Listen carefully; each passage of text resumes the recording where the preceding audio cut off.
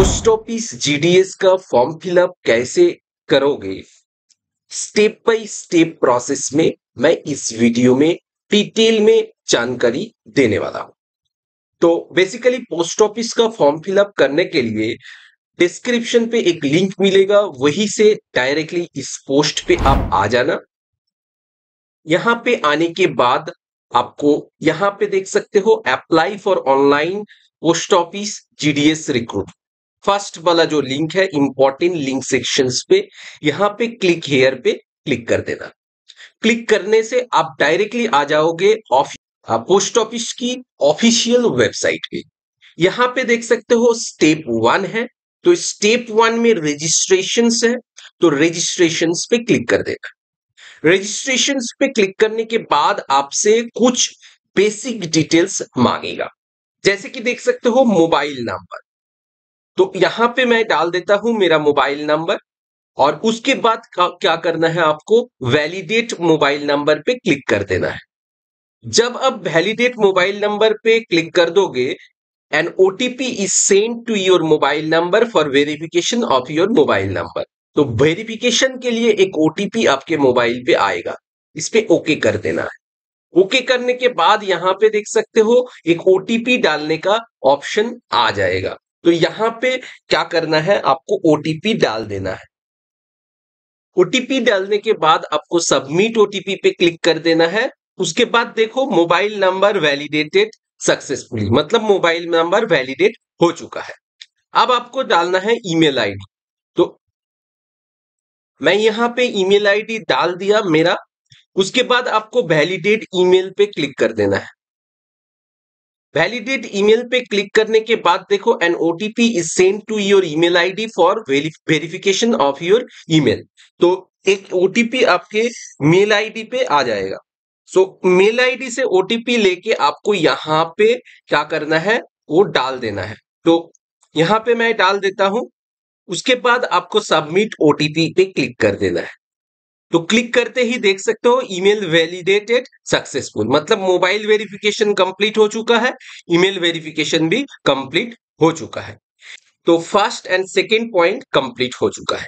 अब third point में देख सकते हो एप्लीकेंट्स नेम। तो अपना जो जिसका आप एप्लीकेशन फिल कर रहे हो, तो उसका नेम लिखना है। तो यहां पे मैं नेम लिख देता हूं। जैसे कि मैं नेम लिख दिया। इसके बाद फादर्स नेम और मदर्स नेम कोई भी एक लिख सकते हो, जो कि सेकेंडरी स्कूल पास सर्टिफिकेट में आपका है। तो सेकेंडरी स्कूल पास सर्टिफिकेट एक बार आपको चेक कर लेना है, जिसमें आपका फादर्स या मदर्स नेम जिसका नाम वहां पे अवेलेबल है। तो एक बार मैं चेक कर लेता हूं। बेसिकली यहां पे मैं फादर्स नेम डाल दिया, जो कि सर्टिफिकेट पे था।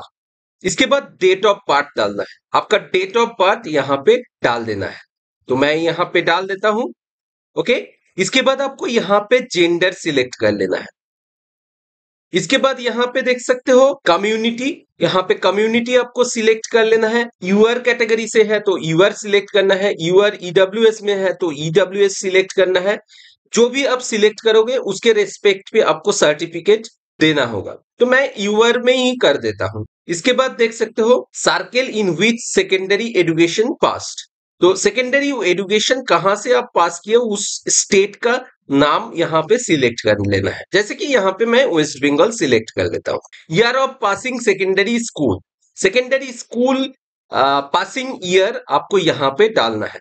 तो यहां पे सेकेंडरी स्कूल का पासिंग ईयर डालने के बाद आपको यहां पे ये जो कैप्चा है इसको डाल देना है। जैसे कि देखो कैपिटल लेटर में है जेड, उसके बाद 9 है, उसके बाद फिर कैपिटल लेटर में एन है, फिर कैपिटल लेटर में सी है, फिर एन है। तो ऐसे आपको ये वाला स्टेप करने के बाद आपको सबमिट पे क्लिक करना होगा। सभी जो डिटेल्स आप भरोगे वो सही से आप भर लेना, ठीक है। उसके बाद आपको सबमिट पे क्लिक कर देना है। सबमिट पे क्लिक करने के बाद देखो ऐसा एक पॉपअप आएगा, first stage of registration is complete, please continue filling the details for registration. उसके बाद ओके पे क्लिक कर देना है।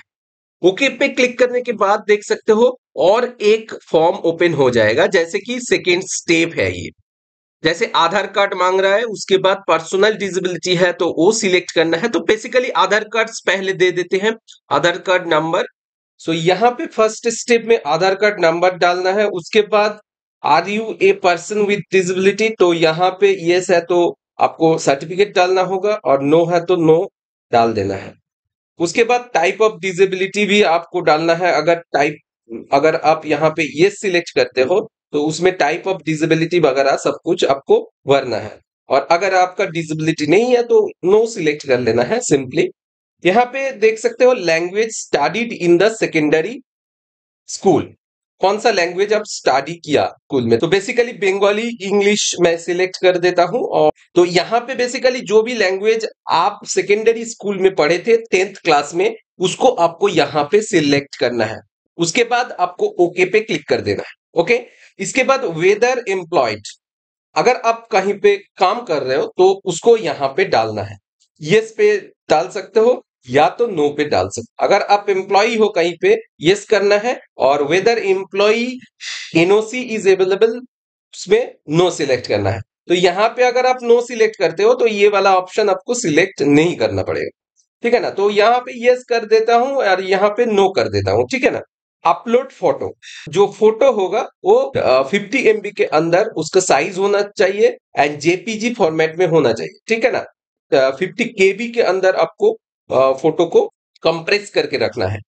एंड उसके बाद आपको सिग्नेचर यहाँ पे अपलोड करना है। तो फोटो एंड सिग्नेचर मैं अपलोड कर लेता हूं फटाफट से।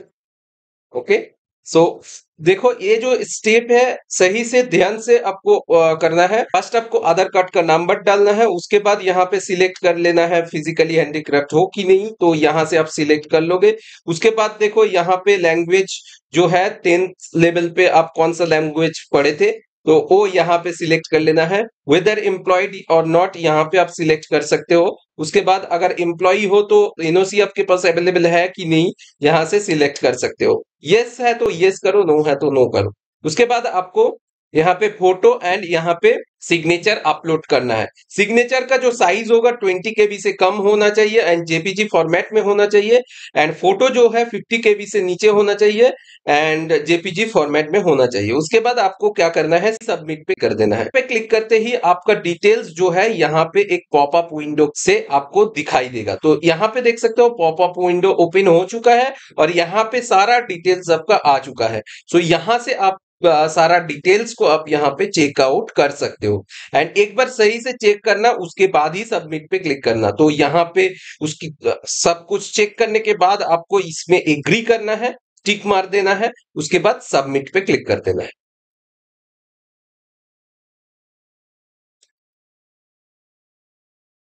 सबमिट पे क्लिक करते ही देख सकते हो dear candidate your registration has been completed successfully, your registration number is this, please keep it for further reference.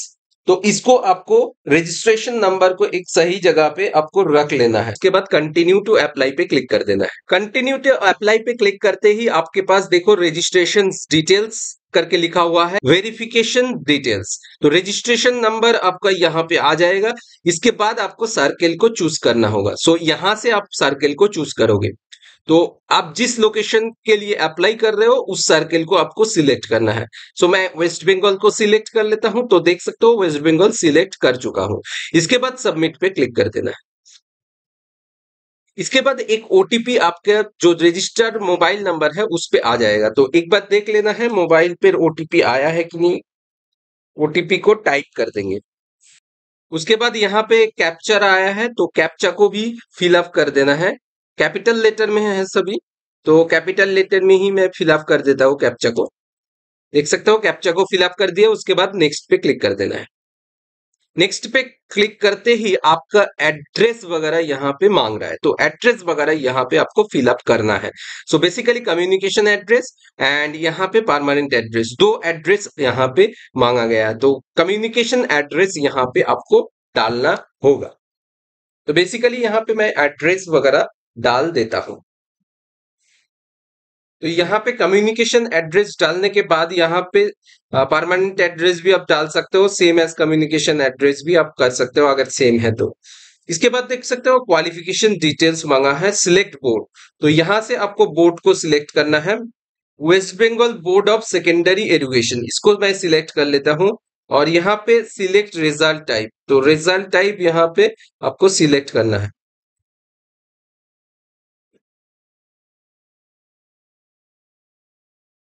तो यहाँ पे देख सकते हो मार्कशीट्स, तो मार्क्स है, तो मार्क्स को सिलेक्ट कर लेंगे।